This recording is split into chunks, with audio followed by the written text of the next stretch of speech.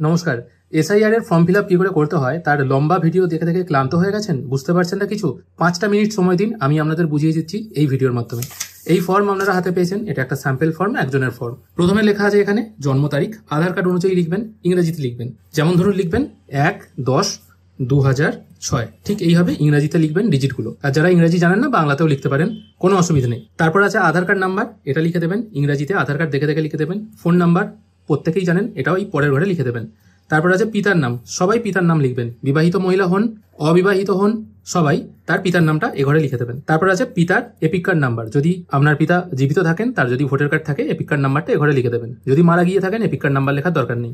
তারপর আছে মায়ের নাম, মায়ের আপনার সঠিক যেটা নাম সেটা ঘরে লিখবেন। মায়ের এপিক কার্ড নাম্বার, মা যদি এখনো ভোট দেন, এখনো জীবিত থাকেন, তাহলে মায়ের এপিক কার্ড নাম্বার এখানে লিখে দেবেন। বিবাহিত হয়ে থাকলে, আপনি যদি পুরুষ হয়ে থাকেন তাহলে স্ত্রীর নামটা এখানে লিখবেন, তারপর স্ত্রীর ভোটার কার্ড নাম্বারটা এখানে লিখে দেবেন। আর যদি আপনি মহিলা হয়ে থাকেন তাহলে আপনার স্বামীর নামটা এখানে লিখবেন, স্বামীর এপিক কার্ড নাম্বারটা এখানে লিখে দেবেন। অবশ্য স্বামী বা স্ত্রী যদি বেঁচে থাকেন তবেই লিখবেন, না হলে ঘরে লেখার দরকার নেই। আর যদি পিতা মাতা স্বামী কেউ মারা গিয়ে থাকেন, তার আগে এরকম স্বর্গীয় চিহ্ন বা স্বর্গীয় ব্র্যাকেটে মৃত এরকম কোনো কথা লেখার দরকার নেই, শুধুমাত্র নামটা লিখবেন। এই সব কিছু ডিটেল হবে 2025 সাল অনুযায়ী। এখন যেটা আছে, অনেকে বলতে পারেন আমার পিতার ডকুমেন্টসে পিতার নাম অমুক কুমার এই আছে, আমার ডকুমেন্টসে কুমারটা নেই, তাহলে কি লিখবো? আপনার ডকুমেন্টসে আপনার পিতার নাম, আপনার মায়ের নাম, আপনার স্বামীর নাম যেটা আছে সেটাই এই এখানে 2025 সাল অনুযায়ী লিখবেন। মনে রাখবেন এই সমস্ত ডিটেল কিন্তু নতুন ভোটার কার্ডে বা এসআইআর এর পর যে ড্রাফট রোল বেরোবে ওখানে কিন্তু আপডেট হবে না। চলে আসছি এই অংশে।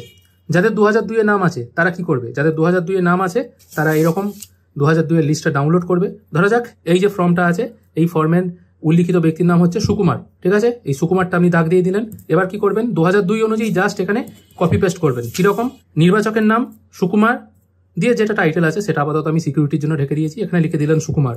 এপিক নাম্বার যদি থাকে, এখানে দেখবেন এপিক নাম্বার কোথায় আছে, এটা এপিক নাম্বার। এই এপিক নাম্বারটা এই পরের ঘরে বসিয়ে দেবেন। তারপর কি আছে? আত্মীয়ের নাম, এখানে আত্মীয়ের নাম কি দেখবেন? সুকুমারের আত্মীয় সম্পর্কিত ব্যক্তির নাম শ্যামাপদ, এই শ্যামাপদটা এখানে লিখে দেবেন। তারপর কি বলা হয়েছে? সম্পর্ক, সম্পর্কটা কি এখানে লেখা আছে? পিতা, পিতাটা লিখে দেবেন। যদি কোনো মহিলার হয়ে থাকে তাহলে দেখবেন সম্পর্কের ঘরে এরকম স্বামী লেখা থাকে, এই স্বামীটা লিখে দেবেন। মানে 2002 এর যেটা আছে সেটাই এখানে কপি পেস্ট করবেন। অনেকের 2002 এ বিয়ে হয়নি, 2002 এর পর বিবাহ হয়েছে, এখন বর্তমানে তার হয়তো স্বামীর নাম এসছে, 2002 সালে তার হয়তো পিতার নাম ছিল, যেটা পিতার নাম থাকবে পিতার নামই লিখবেন। সম্পর্কের ঘরে এখানে যে সম্পর্ক লেখা আছে সেটাই এখানে লিখবেন। 2002 এ আপনার জেলা কি ছিল সেটা লিখবেন, বিয়ের আগে অন্য জেলা থেকে থাকতে পারে সেটা লিখবেন। জেলা ভাগ হয়েছে সেক্ষেত্রে পুরনো জেলার নামটাই লিখবেন। তারপর আছে রাজ্যের নাম, সেটা লিখে দেবেন।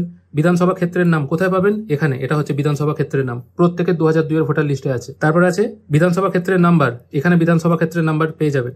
অংশ নাম্বার, এখানে দেখুন অংশ নাম্বার লেখা আছে, পরিষ্কার লেখা আছে। ক্রমিক সংখ্যা, যেটা আপনার নাম আছে 2002 এ, তার পাশেই যেটা লেখা আছে সেটাই হচ্ছে ক্রমিক সংখ্যা, সেটা এখানে এই ক্রমিক সংখ্যার ঘরে লিখে দেবেন। এখানে নয়, এখানে লিখে দেবেন। আর যাদের নাম 2002 এর লিস্টে নেই, তার বাবা কিংবা মায়ের আছে, তিনি 2002 এর লিস্ট খুঁজবেন। দেখা গেল তার মায়ের নাম হয়তো এইটা রেখারানী, ঠিক আছে? মায়ের নাম খুঁজলেন, ব্যাস এইটুকুই যথেষ্ট। দেখে দেখে লিখে দেবেন রেখারানী, এখানে লিখে দিলেন রেখারানী। রেখারানীর এপিক নাম্বার কত এখানে দেখবেন, রেখারানীর এপিক নাম্বার কত সেটা এখানে বসিয়ে দিলেন। আপনি আপনার মায়ের ধরে করছেন। তারপর সম্পর্কের নাম, আপনার মায়ের সম্পর্ক সেই সময় কি ছিল 2002 সালে? অসিত কুমার, এই অসিত কুমারের নাম বসিয়ে দিলেন। সম্পর্ক কি? এখানে বসিয়ে দিলেন স্বামী, এই স্বামী বসে গেল। জেলা কি? জেলা দেখবেন কোন জেলায় আপনার মা সেই সময় ছিল সেটা দেখবেন। রাজ্যের নাম লিখবেন, বিধানসভা ক্ষেত্রের নাম ওই একই রকম, এইটা বসিয়ে দেবেন। বিধানসভা ক্ষেত্র, বিধানসভা ক্ষেত্রের পাশেই থাকে বিধানসভা ক্ষেত্রের নাম্বার, সেটা এখানে বসিয়ে দিলেন। অংশ নাম্বার এখানে পেয়ে যাবেন। আর আছে ক্রমিক সংখ্যা, ক্রমিক সংখ্যা পেয়ে যাবেন। যার নাম ধরে আপনি করছেন তার পাশেই এখানে ক্রমিক সংখ্যা আছে, দিয়ে এখানে আমরা সই করে জমা দিয়ে দেবেন। কোনো ঝামেলা নেই, মাত্র 5 মিনিট সময় নিলাম। 5 মিনিটের মধ্যেই আশা করি আপনাদেরকে বুঝিয়ে দিলাম এই এসআইআর এর ফর্ম কি করে ফিল আপ করতে হয়। এই অংশটা আর এই অংশটা 2002 অনুসারে যাদের আছে নাম এবং যাদের নেই তাদের বাবা মায়ের ধরে করবে।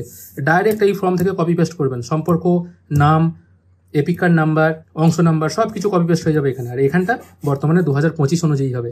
আশা করি এত ছোট সময়ে আর কেউ বোঝাতে পারবে না। ধন্যবাদ।